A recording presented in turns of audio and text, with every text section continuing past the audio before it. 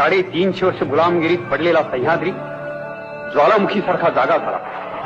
छत्र अथांग सिंधुसागर आणि अजिंक्य सह्याद्री एक झाले आणि हिंदवी स्वराज्य जन्माला आले. एकामागून एक गडकोट स्वतंत्र झाले आणि त्यातच एक अभेद्य आणि अजिंक्य गड शिवरायांनी काबीज केला आणि गडांचा महाराजा किल्ले रायगड. महाराजांनी रायगड काबीज केला सन 1656 एप्रिल महिन्यात.